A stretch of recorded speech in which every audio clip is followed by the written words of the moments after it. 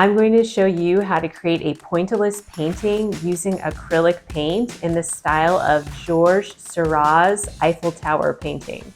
To start, I'm using painter's tape to secure my paper, but this part is optional. Feel free to skip it if you like. Next, I'm drawing a horizon line about 2 inches up from the bottom of my paper. Now, let's outline the main elements of the composition using Seurat's painting as a guide. On the bottom, I've got the bottom edge of a bridge. Above, I'm adding a few rectangles for buildings and a wavy line. Now, a couple more building shapes go in. Next, I'm drawing the bottom arch of the Eiffel Tower. Above it, I'm adding a second slightly wider arch. Let's add slanting legs on both sides, followed by a line straight across. Now for a couple vertical lines, and another line that goes straight across.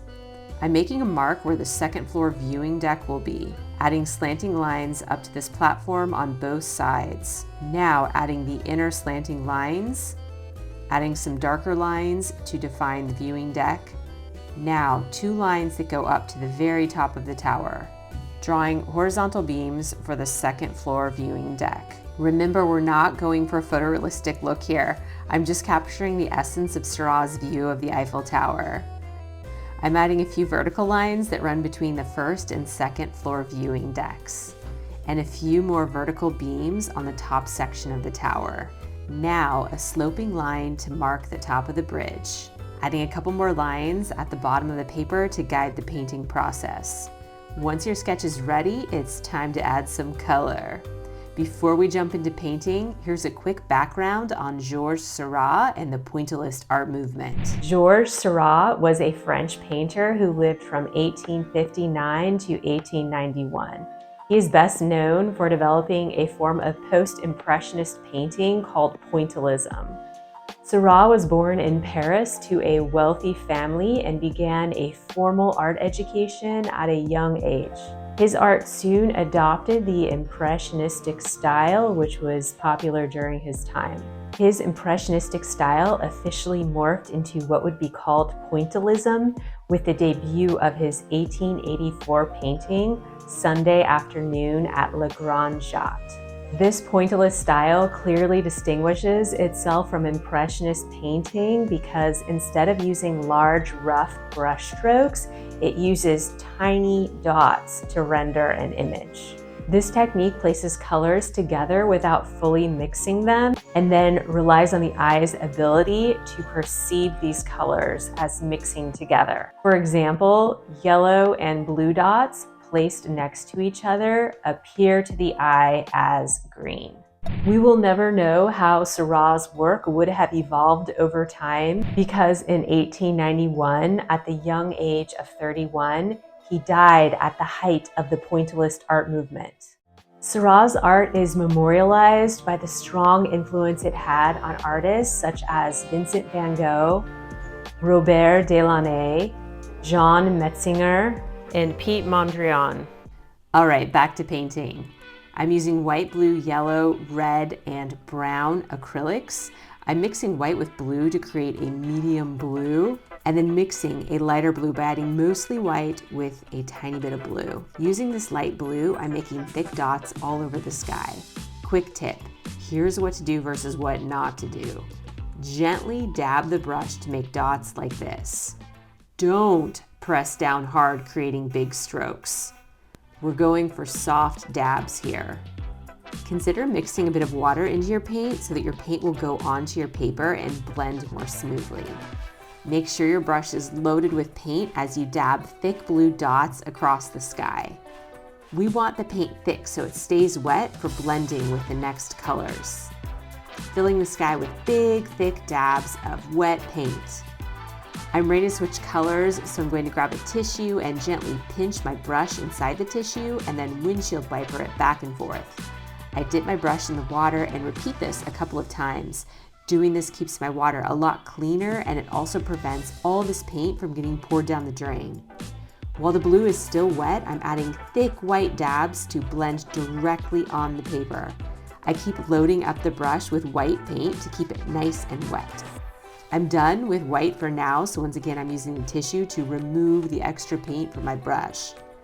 I'm taking a tiny bit of red, a large swath of yellow, and then a generous amount of white and mixing them together.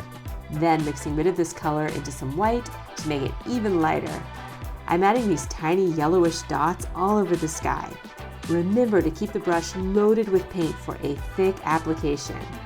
Now I'm adding medium blue dots for contrast and layering on more light blue dots. Keep layering colors until you're happy with the look. Switching to a larger size 8 round brush, I'm adding orange-yellow dots all over the Eiffel Tower. Make sure the brush is loaded for nice thick coverage. Mixing a bit of brown with white for light brown dots over the painted areas. I want to start capturing a bit more nuance and detail, so I'm switching to a smaller brush. I'm adding some tiny dabs of yellowish white paint into the mix. I'm going to create darker values with some brown. I want more detail, so I'm using a tiny brush. I'm adding these dots into the areas where I want to create shadows and darker values. I'm trying to copy the values to reflect what I see in the painting. If your dots are larger than you'd like, try switching to a smaller brush. You can also add a few drops of water to thin the paint, which allows for finer detail and more control. Again, I'm going for a lot of detail here, so I'm using really tiny dots.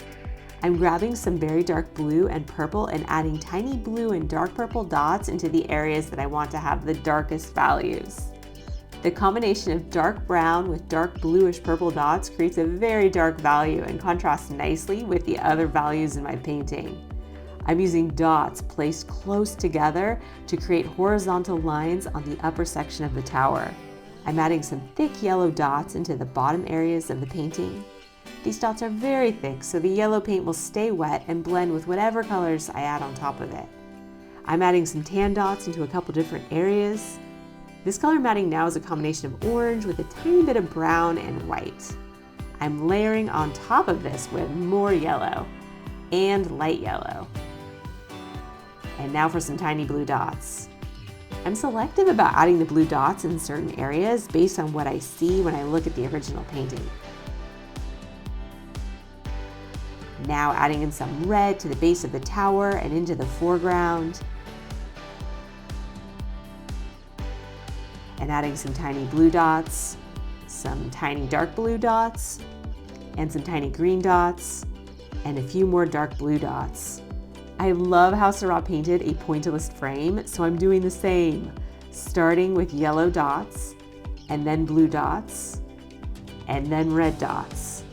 You can continue to layer colors onto your frame until you achieve a look that you're happy with. As a final touch, I'm adding some darker blue dots over here on the left to make it look a bit more like the original painting, and also adding in some tiny brown dots. I'm using some light blue paint to add highlights to different areas inside the tower. The light blue mixes with the brown, creating a soft gray. Finally, adding tiny white dots to lighten up areas here and there. If you used painter's tape, remove it slowly to avoid tearing the paper. I hope you're thrilled with your painting. Here's a side-by-side comparison of my painting next to the original. If you enjoyed this, check out my other Pointillist tutorial based on another Seurat painting to continue building your skills.